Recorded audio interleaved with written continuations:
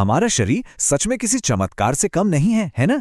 इसे आप दुनिया का सबसे बेहतरीन और एडवांस्ड पावर प्लांट मान सकते हैं।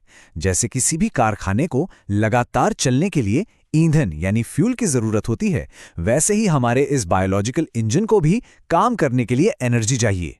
ये एनर्जी कैसे बनती है और कैसे इस्तेमाल होती है, इसकी पूरी प्रक्रिया बेहद दिलचस्प है।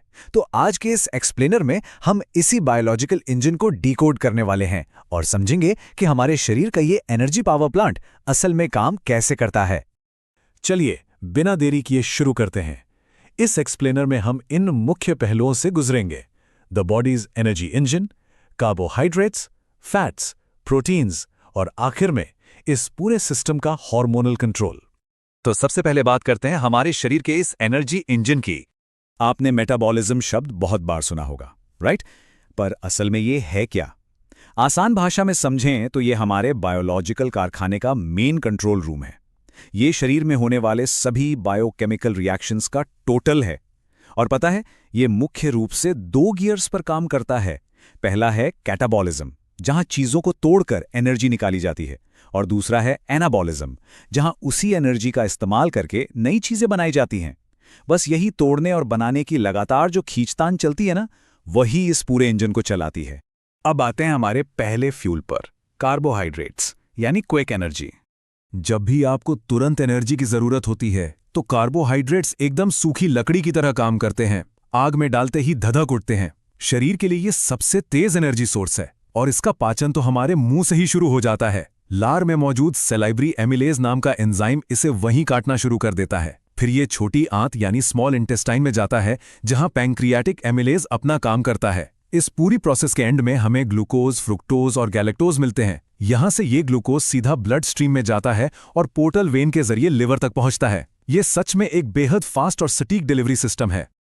अब देखते हैं कि सेल के अंदर जाकर इसका क्या होता है। हमारी कोशिकाओं के अंदर माइटोकॉन्ड्रिया की एक सघन असेंबली लाइन होती है, जहां ये ग्लूकोज हमारी एनर्जी करेंसी यानी एटीपी में बदल जाता है। ये काम 3 स्टेप्स में होता है। पहला है ग्लाइकोलाइसिस, जो सेल के साइटोप्लाज्म में होता है और 2 एटीपी बनाता है। मजेदार बात यह है कि इसके लिए ऑक्सीजन की जरूरत नहीं होती। इसके बाद पायरूवेट एसिटाइल CoA में बदलकर माइटोकॉन्ड्रिया के अंदर क्रेब्स साइकिल में चला जाता है। और फिर फाइनल स्टेप होता है इलेक्ट्रॉन ट्रांसपोर्ट चेन, जो माइटोकॉन्ड्रिया के ही अंदर होता है। 34। जरा इस नंबर पर गौर कीजिए। अभी जो हमने इलेक्ट्रॉन ट्रांसपोर्ट चेन की बात की, वो अकेले ही लगभग 34 एटीपी जनरेट करती है। पहले के स्टेप्स इसके आगे कुछ भी नहीं है। यही वो मुख्य कारण है कि हमें जिंदा रहने के लिए ऑक्सीजन चाहिए होती है, क्योंकि बिना ऑक्सीजन के ये चेन काम ही नहीं कर सकती। यहीं पर सेल के अंदर असली एनर्जी का ब्लास्ट होता है और हमारा पावर प्लांट अपनी फुल कैपेसिटी पर आ जाता है।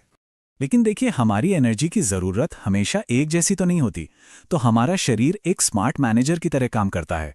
जब एक्स्ट्रा ग्लूकोज होता है तो वो ग्लाइकोजेनेसिस के जरिए उसे लिवर और मसल्स में ग्लाइकोजन के रूप में स्टोर कर लेता है।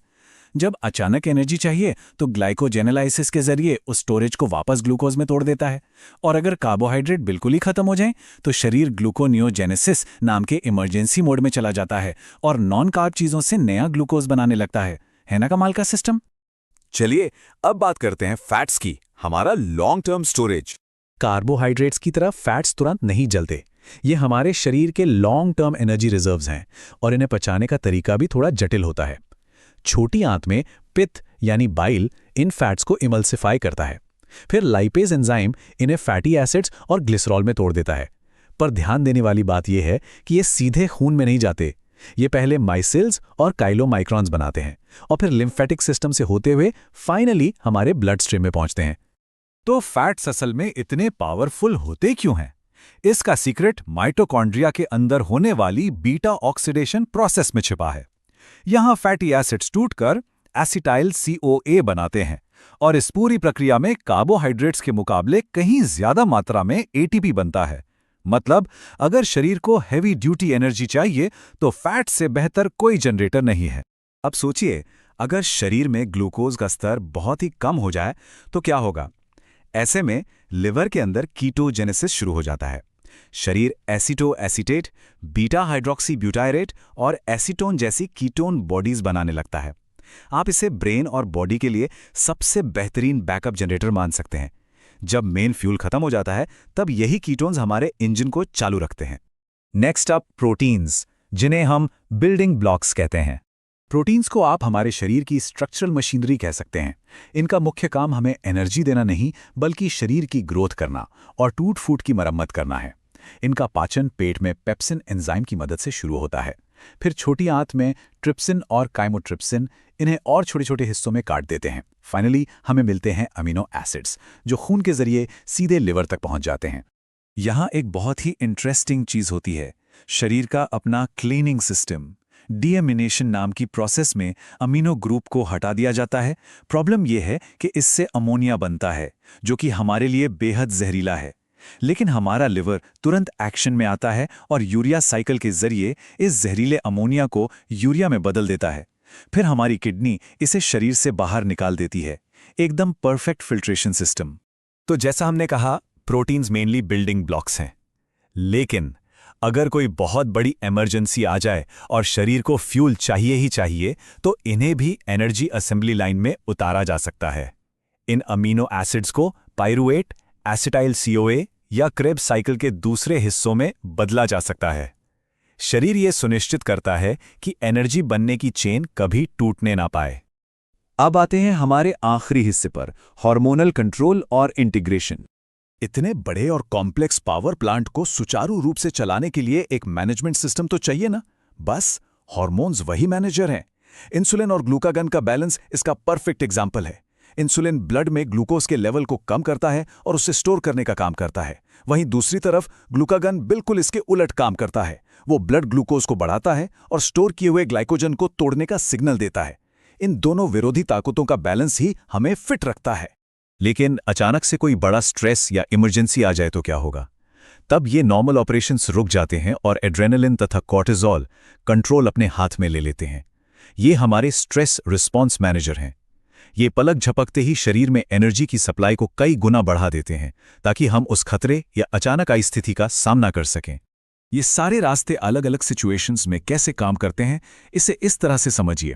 जब हम खाना खाते हैं तो शरीर सीधे ग्लूकोज का इस्तेमाल करता है और एक्स्ट्रा को ग्लाइकोजन और फैट में स्टोर कर लेता है। फास्टिंग यानी उपवास के टाइम स्टोर किया हुआ ग्लाइकोजन टूटकर वापस ग्लूकोज देता है। और स्टार्वेशन यानी भूखमरी जैसी एक्सट्रीम कंडीशन में तब शरीर फैट को कीटोन्स में बदलता है और आखिर में एनर्जी के लिए प्रोटीन तक को तोड़ने लगता है। तो अगर हम इस पूरे एक्सप्लेनर को समराइज करें तो हमारे इस पावर प्लांट में इन 3 मैक्रोन्यूट्रिएंट्स का रोल बिल्कुल क्लियर है। कार्बोहाइड्रेट्स हमारी क्विक एनर्जी हैं, तुरंत ATP बनाने के लिए।